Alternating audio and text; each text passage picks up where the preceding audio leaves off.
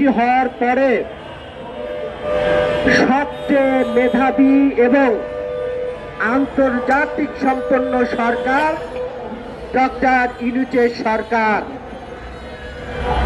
1971 সালের পরে সবচেয়ে ব্যর্থ সরকার ডক্টর ইউনূসের সরকার।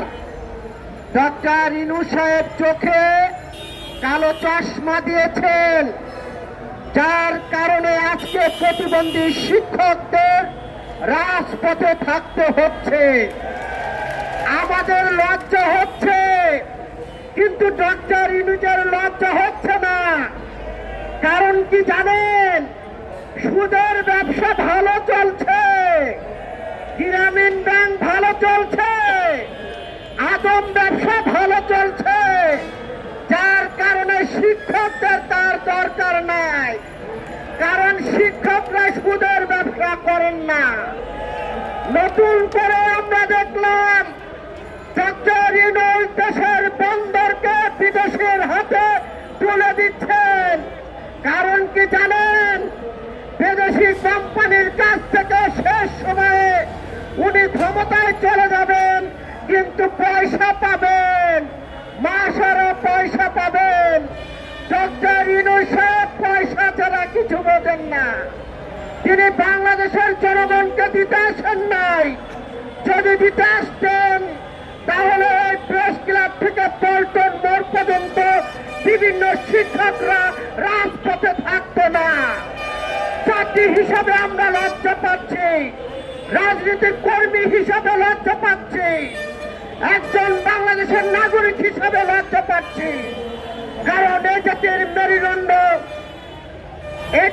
মেরুদণ্ড এবং এই জাতির গঠনের সবচেয়ে বড় ভূমিকা আমাদের শিক্ষক। শিক্ষক মানে আমাদের অভিভাবক।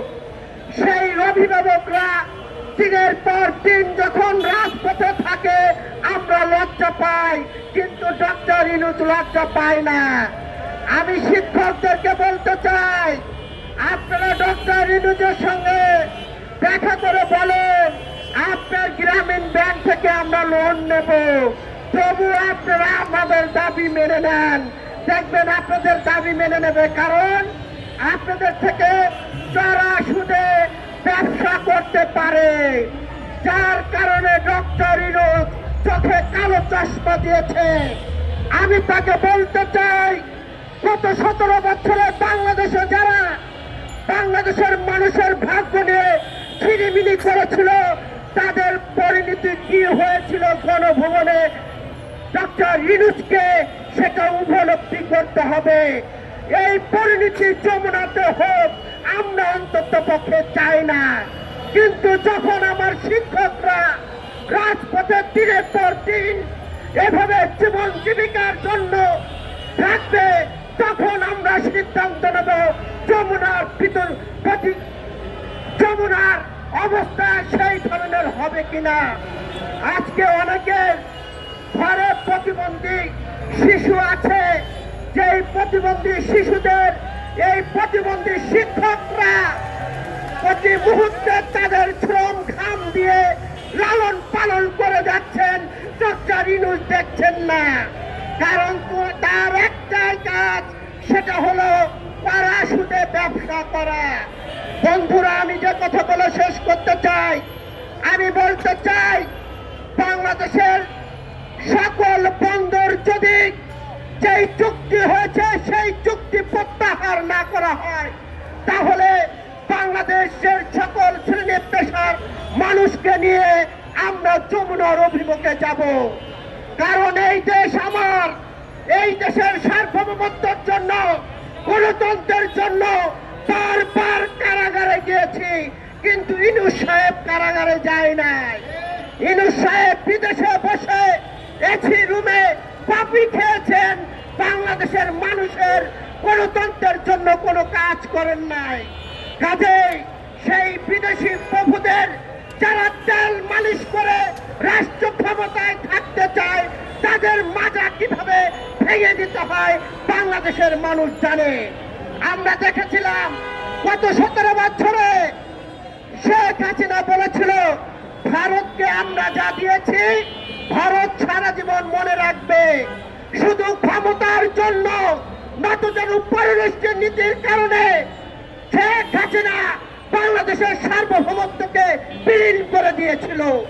আমরা ভেবেছিলাম বাংলাদেশে 5ই আগস্টের পরে জনগণের সরকার ডক্টর ইউনূস মেরুদণ্ড সোজা করে বাংলাদেশের সার্বভৌমত্ব ধরে রাখবে, কিন্তু তিনিও মেরুদণ্ড ব্যাখ্যা করে পশ্চিমাদের সাথে আঘাত করে আমার বাংলাদেশের সার্বভৌমত্ব নিয়ে নানান রকম ষড়যন্ত্র করছে।